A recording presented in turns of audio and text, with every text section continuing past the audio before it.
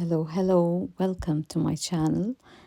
Today I will be sharing my video on beef steak, which is pre-marinated with ginger, chili, lime by the butchers I bought the steak from.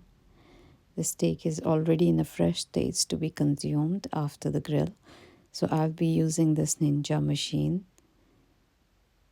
which has various different settings such as bake, grill, roast, air fryer functions, but here I will be choosing the grill bake section settings for the grill. I hope you enjoy the rest of the video.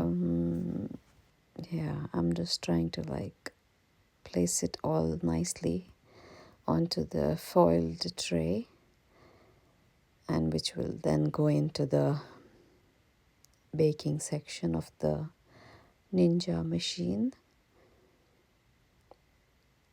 There we go, all set, and then just pop it into the grilling, baking sort of a thing. Yeah, making it all nice and aesthetic so that it bakes through properly. Shut the Ninja top, and then we do the functions such as 190 degrees Celsius, and then I think 15 minutes or maybe more. 20 something minutes as per